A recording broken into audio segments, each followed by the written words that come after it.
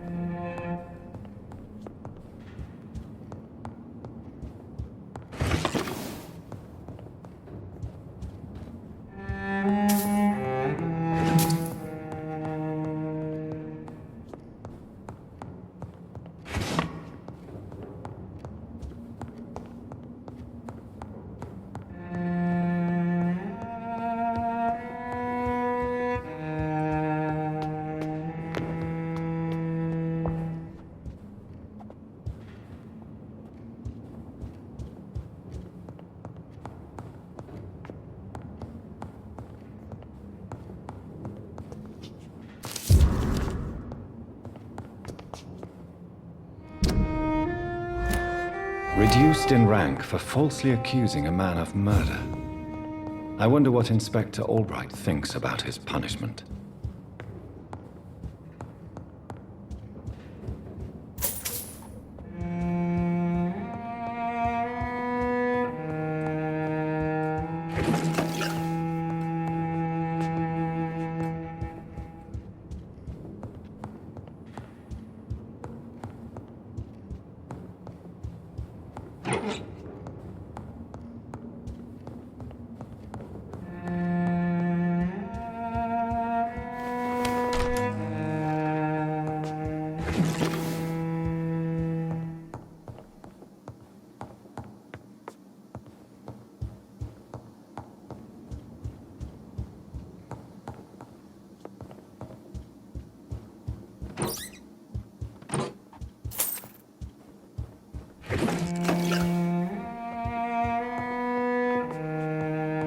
It's locked.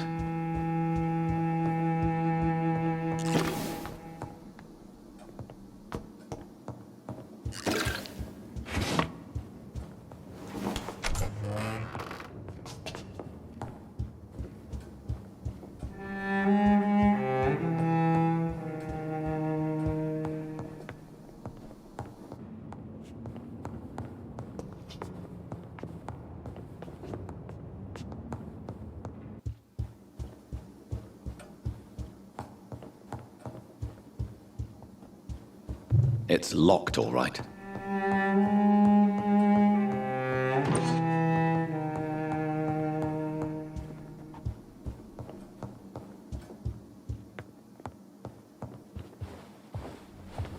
Finally, you're here, Dr. Reed. What took you so long? I had to pass several of your barricades and outposts to access your mansion, sir. Death, pestilence surround us, and time is against me. I see you've gathered some of the most expensive, albeit experimental, blood transfusion equipment available. All this could be so useful in a hospital. Yes, yes. Since Lord Redgrave sent me a doctor to perform my conversion, I thought you might find some of these devices useful. Most thoughtful. But tonight, I'm not here as a physician. But I feel reassured that a specialist such as yourself would help me to escape the Reaper. Very well. But before I proceed, I have a few questions for you. If you must, but be quick, for I don't have much time left in this life. First of all, I need to be sure that you know exactly what is going to happen to you, sir. I can assure you I'm as informed as any man can be. I have planned for this moment, Dr. Reed. Planned very carefully.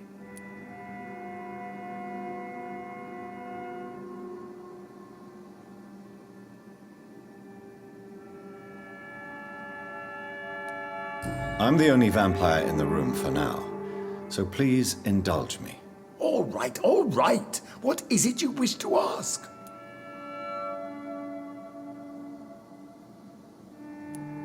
You'll need to feed on warm blood. Blood from mortals. How do you feel about that? I'm rich, Dr. Reed, and powerful.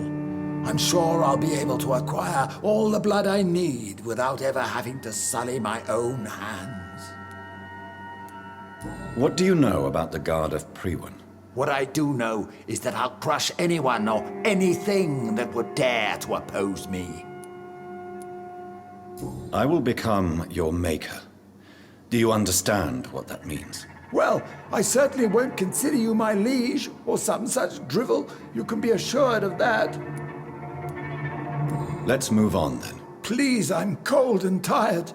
I feel my life waning with every moment. But first, before you embrace immortality, what would you do with such a gift? That's a rather impertinent question, Dr. Reed, and I will do as I please. Answer me all the same. What will your first action be as an immortal? To save London, I will finance the most efficient quarantine ever seen. I will build a wall that will separate the sick boroughs from the healthy ones. You really plan to build a quarantine wall across London? Yes, it will be tall and strong, separating the wheat from the chaff. By doing so, you will also create two separate prisons. Come, sir. An eminent doctor like yourself knows that such radical measures have proved efficient in the past. Let me guess. You mean to isolate the rich from the poor? This is a desperate measure for desperate times. England must prevail, Doctor, no matter the cost. Quarantine is not a bad idea, medically speaking.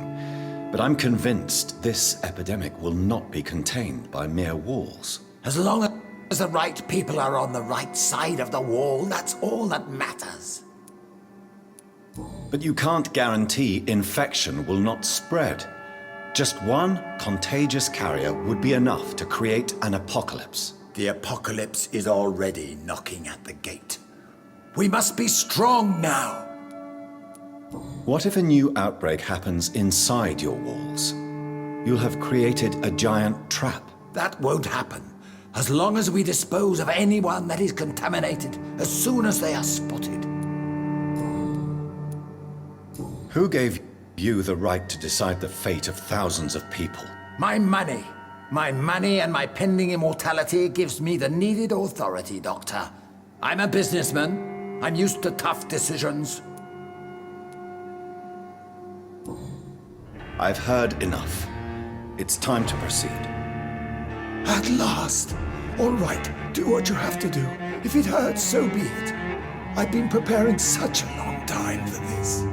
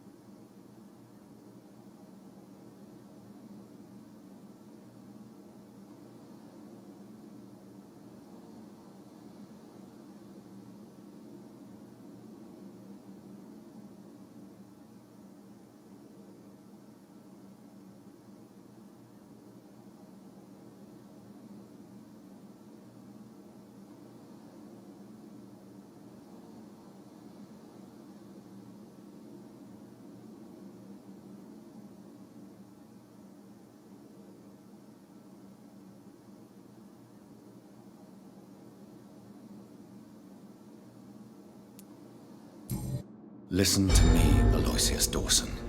You will forget your fear of dying, for it has poisoned your mind and made you bitter and ruthless since the death of your twin brother. You don't understand.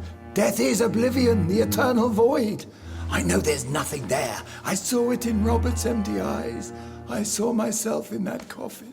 Death is painful for those who remain, not for those who have passed. All that occult gibberish you filled your head with has made you forget this simple truth. No! Death will not claim me. I have the power and the money. I've acquired the arcane knowledge needed. I believe there is magic, there are dark forces. You will provide me my extension. Your ignorance makes you a fool. You have no idea. Look at me. Hunted like a beast, my family lost, cursed. I have not escaped death, I have become it. No, there must be a way. I don't want to go like my brother did. I have money, lots of money. Money won't ease your mind. I know you used to be a good and generous man, so I offer you the gift of peace, Aloysius. The tranquility of a true death. I accept your offer, and I understand. No more fear, I will die a man of dignity, and a man at peace.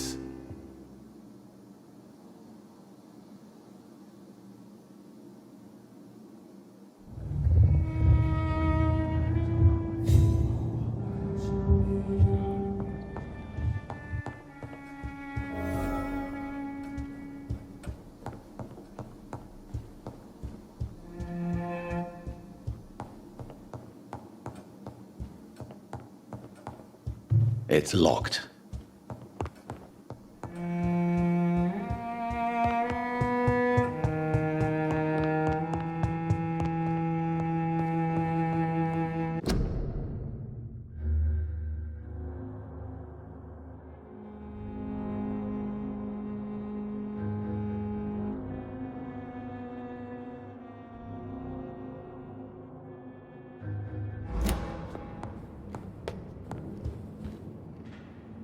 Is it done, Dr. Reed? Is Aloysius Douson reborn, as expected? I'm afraid Mr. Douson finally chose to embrace life and death as a mortal. What do you mean? He has overcome his fear of dying. I let him rest and wait for death to come. What? This is unacceptable. Go back there and make him the powerful Ekon he's destined to be. No, Lord Redgrave. As a doctor and as an immortal, I can't. If you wish to make him your progeny, then proceed on your own. This is an outrage beyond words. This is betrayal, pure and simple. I should kill you on the spot. You swore on William Marshall's blood. Well, get rid of me then. From now on, you're an outcast. Banished. You are forbidden to ever appear in front of us again. Ascalon will smite you on sight, and your heart will be thrown to the rats. I'll leave you then. Have fun with your puppets and shadow plays, Lord Redgrave. Yes, go, traitor, and take that awful creature, that counterfeit of a woman I saw waiting for you, and be gone! Step away, traitor. Return to your dubious friends and your decrepit hospital. Do not dare show yourself again, you or that monstrosity you bring to my door.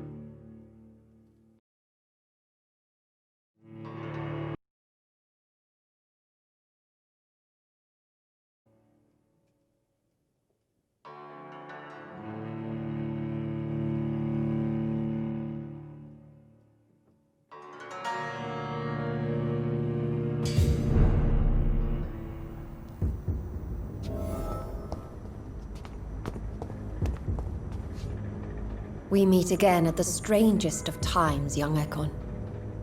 So do you serve the Earl of Bristol now? Old Bridget. What are you doing here? Your friend, the wise Ekon. She sent me to warn you. How did you meet Lady Ashbury? She came to us in the sewers in search of answers. Just as you did. What kind of answers did you give her? I knew nothing of your maker, but we talked. We talked a lot. Her words and ideas are captivating. It is no surprise that you like her. I like her too. Lady Ashbury in the sewers? Now that's a sight I wish I'd seen. She said she was your friend, and that she sought the identity of your maker. So I answered her questions. Did anyone see you? It's a long way from the dock sewers, and hunters are patrolling the streets here. Who said I took the streets? How do you think I survived for centuries in this city without ever being seen? I know all her secrets. Lady Ashbury? You know her? Tell me what's going on. The lady approached me but a few nights ago, wanting to meet the sewer skulls. Once she questioned Harriet Jones. She agreed to help us. Harriet Jones is still with you then? How is she doing? Harriet remains angry, but is recovering slowly. Her mind is twisted, but at least her body is healing. Tell me what is going on. The lady asked us to keep an eye on your mortal doctor friend while you were away. We spotted the hunters. They were discussing plans to attack tonight. Wait! Slow down! I need to ask you something. I'm listening, but I do not have time to waste, so be quick.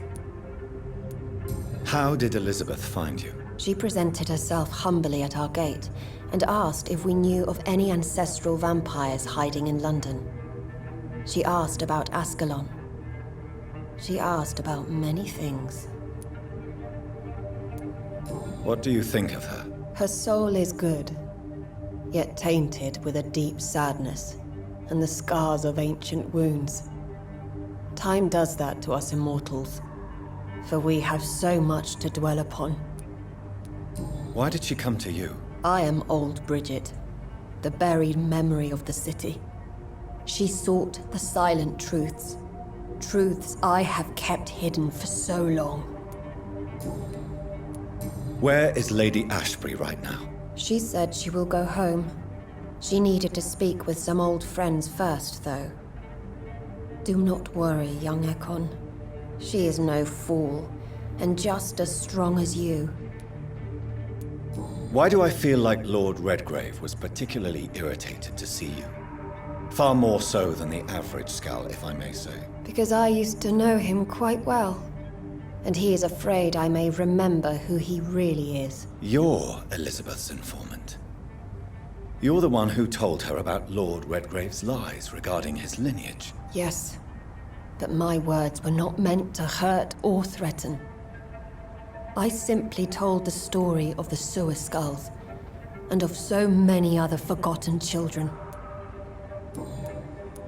No time to lose, then. I must go there right away. I shall return to my den. Have you a message for the lady? Should I see her before you?